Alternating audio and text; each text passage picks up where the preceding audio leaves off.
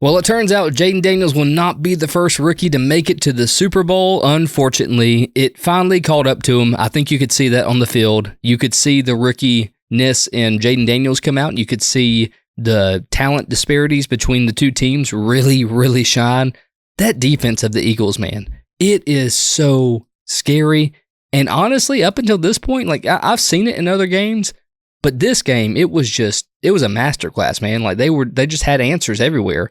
55-23, and maybe even more so than the defense, this offense with Saquon Barkley, no matter what you do, you cannot stop the man. The first play of the Eagles offensively, a 62-yard touchdown run by Saquon, untouched pretty much. Immediately. This guy is, if it wasn't... If the MVP award actually went to who it was supposed to go to, it should be him. This guy deserves it 1,000%. We said that 2 weeks ago. And my quarterback's in the conversation for it. Exactly. This dude is a game changer. Without him on this team, I don't think the Eagles are here. 0% chance they're here without Barkley. 0% chance. They might have won a playoff game. But this offensive line too is just it's like a tank, man.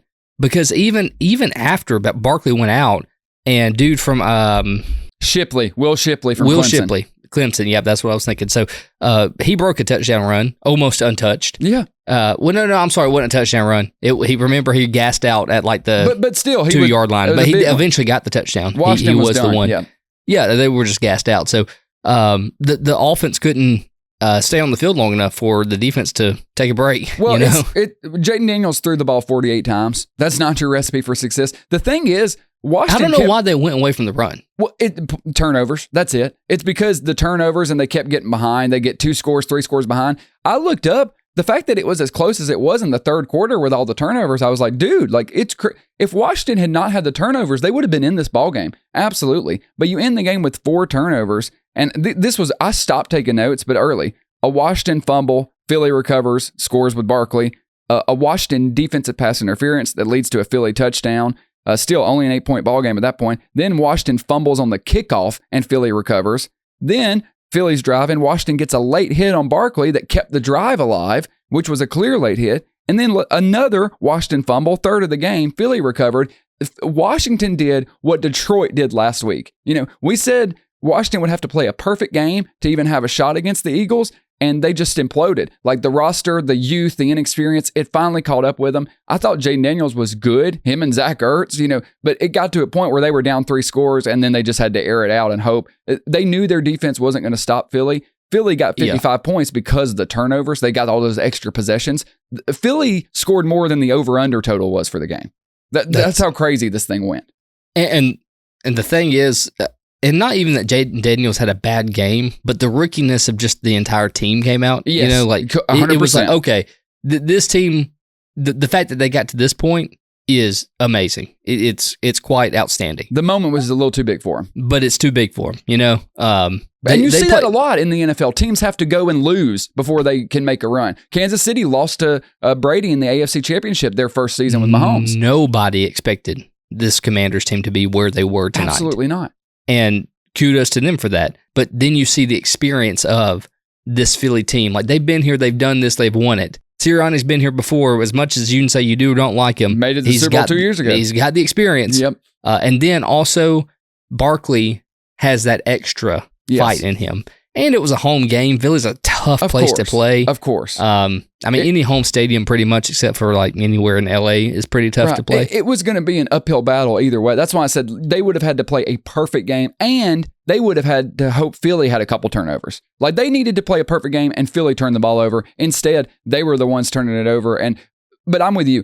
Washington has nothing to hang their head about. Clap, award. This is an incredible season. I think their over-under was like 6.5 or something preseason. They won 14 games counting the playoffs. It's impressive, man. It's a really impressive year for them. And I said it before the season started that Dan Quinn was going to be an outstanding hire for this organization.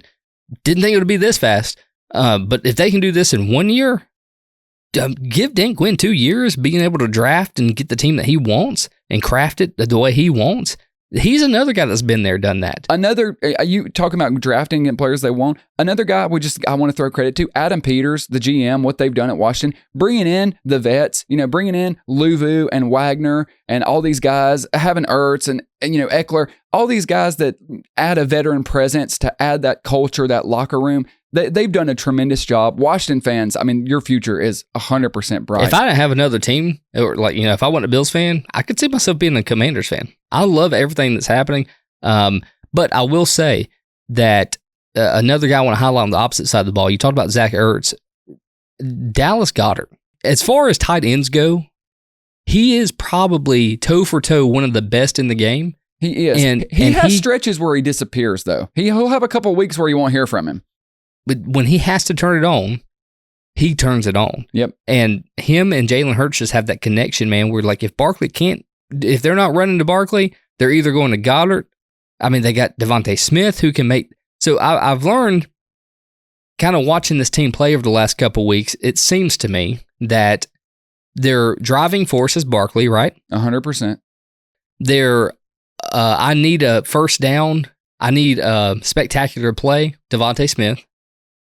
A deep shot to touchdown. 50-50 ball to A.J. Brown. A.J. Brown. And then everything else goes to Goddard. Yep. That is their game plan. And it works.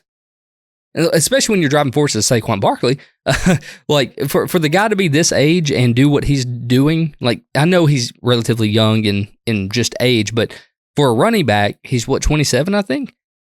And he's playing the best football of his entire life. Yeah, 27. No, I agree. It's really cool. I mean, the fact that he's taken this team to the Super Bowl, it's him in the defense. Jalen Carter, oh my God. I mean, probably already, you could say Chris Jones off, what he's done, but Jalen Carter might already be the best nose tackle in football. He just wrecks football games. Georgia guy, right? That had the issues when coming into the league that people didn't want to touch him. That's right. Should have been the number 1 overall pick, but he had that car incident where he was racing and someone got killed in a different car or whatever. He had a bunch of, and I think if he'd have gone somewhere else, it might not have worked. But the fact that he went to Philly where other Georgia players were there and they had that veteran culture, that veteran presence like Brandon Graham and stuff, and he has fit in, he is shining, he's one of the best players in the league.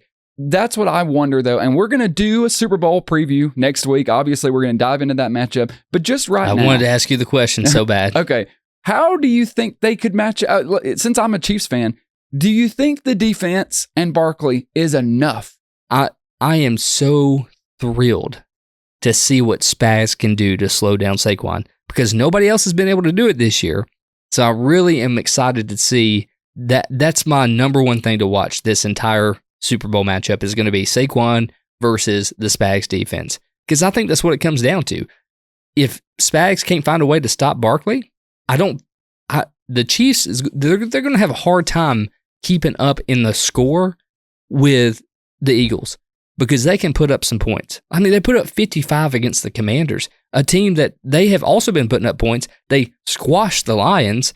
And Philly comes in there and says, nah, we're going to the Super Bowl. We already bought our plane tickets. You guys have a seed. We're going to take this from here.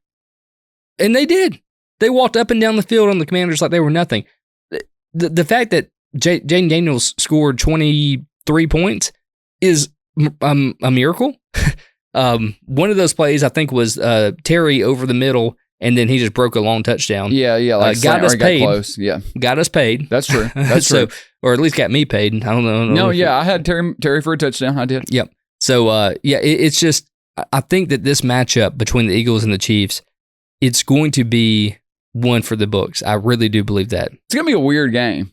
Well, because it's one of the best defenses versus the best offense. That's what it's going to come. I know Barkley. Okay, I don't think the Chiefs are going to be able to stop Barkley. They couldn't stop James Cook, even though they had a good run defense all year. I don't know. It just seems like they struggle. I just imagine Barkley's like the Mahomes of running backs. He's going to get his. The question's going to be how much can that defensive line affect Mahomes? Can Carter? Because we know that the Chiefs' weak link is the offensive line. So is Carter going to be able to wreck that interior? Well, not only Carter, but Nolan Smith. Zach Bond, they'll bring him in there. They've got so many players. That's going to be the matchup. It's going to be the Eagles D-line versus the Chiefs O-line. Can the Chiefs O-line hold up enough? Because they've got good DBs. You got Quinyon Mitchell. You got the other guy, Cooper DeJean. The Eagles are an incredible defense. They match up well against the Chiefs. You just the worry if you're an Eagles fan, and just when I'm looking at it as a football enthusiast, what if the game is close late and it has to be put in Jalen Hurts' hands? I don't know. I know he was great in that Super Bowl, but that was 2 years ago. He hasn't looked the same since then.